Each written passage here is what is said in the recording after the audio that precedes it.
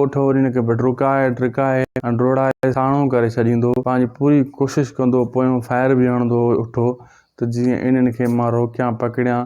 लेकिन हू बि भॼण में ग़ुलाम बि तेज़ आहे ऐं जावेद त उन्ही खां बि तेज़ आहे स्पीड में। सोप सीरियल ड्रामो ज़हर ज़िंदगी ड्रामे जी अचण वारी किस्त में छा वाकई हाणे रईस गफ़ार ख़ान जेको आहे कमाल ख़ान खे छॾाइण जे लाइ रबन सां ताक़त जो मुज़ाहिरो कंदो?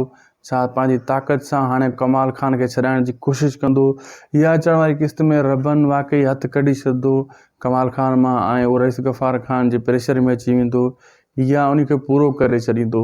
छा ग़ुलाम ऐं जावेद खे वारिस ऐं ओठो पकड़ण में कामयाब थी वेंदा, या इहे इन्हनि खां भॼी करे पंहिंजी जान छॾाइण में कामयाब थी वेंदा, या इहे ॿई मारिया वेंदा ओठे जे हथां? इहो हाल हक़ीक़त तव्हांखे इन एपिसोड में था ॿुधायूं, पहिरियां इनखे पूरो ॾिसजो जीअं तव्हांखे कहाणी सॼी सम्झ में अचे। पहिरीं ॻाल्हि दोस्तो, ग़ुलाम जेको आहे जावेद, इहे ॿई हाली भॼी निकिता, इन जे पोयां ओठो ऐं वारिस वारा हुया। राति वारी किस्त में तव्हां ॾिठो, अॻे तव्हांखे ख़बर न आहे छा थींदो, इहो असां तव्हांखे ॿुधायूं था। असल में अॻिते हू भॼंदा आहिनि, कढ ओठे वारा हूंदा आहिनि, अॻिते ओठो वरी हिनखे भडरुकाए ड्रिकाए अंडरोड़ाए साणो करे छॾींदो, पंहिंजी पूरी कोशिशि कंदो, पोयों फायर बि हणंदो ओठो त जीअं इन्हनि खे मां रोकियां पकड़ियां। लेकिन हू बि भॼण में ग़ुलाम बि तेज़ आहे ऐं जावेद त उन्ही खां बि तेज़ आहे स्पीड में। इहे इन जे कढ ई हूंदा। नेक्स्ट एपिसोड में तव्हां ॾिसंदो इन्हनि सां हशर कंदा। ऐं रईस गफ़ार ख़ान छा कमाल ख़ान खे छॾाइण में कामयाब थी वेंदो?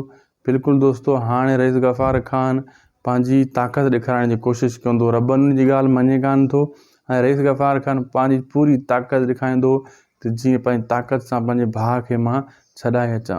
ऐं रबन जेको आहे उहो त मञे ई कान थो रईस गफ़ार ख़ान जी ॻाल्हि, ऐं रबन इन जे अॻियां मुआदो अटकाईंदो, इन्हनि जी हिते हाणे छिकां वधंदी ऐं रबन इहा कोशिशि करे थो त रईस गफ़ार ख़ान खे मां जीअं कुझु न चवां, इहो मुंहिंजे साम्हूं न अचे। लेकिन रईस गफ़ार ख़ान खे पंहिंजे भाउ जो जेको आहे दिलि में ॾुखु आहे, उन खे छॾाइण जे लाइ कुझु बि करे सघे थो, छो त कमाल ख़ान खे कुते जो साह पातल आहे, उहो न मरे थो न जान छूटे थी।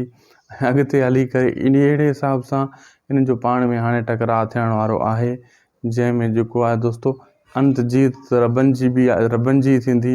लेकिन रईस गफ़ार ख़ान पंहिंजे हिसाब में हाली गुस्से में अची वियो आहे, पोइ मुड़ण जी कोशिशि कंदो, लेकिन इन पंहिंजे भाउ खे छॾाइण जे लाइ कुझु बि हू कंदो। हाणे उमेदु आहे वीडियो तव्हांखे सुठो लॻो हूंदो। जे वीडियो सुठो लॻो आहे त महिरबानी करे असांजे चैनल यूट्यूब खे सब्सक्राइब करे छॾियो ऐं फेसबुक पेज खे लाइक फॉलो शेयर ज़रूरु कंदा। मिलंदासीं नेक्स्ट वीडियो में। ख़ुदा हाफ़िज़।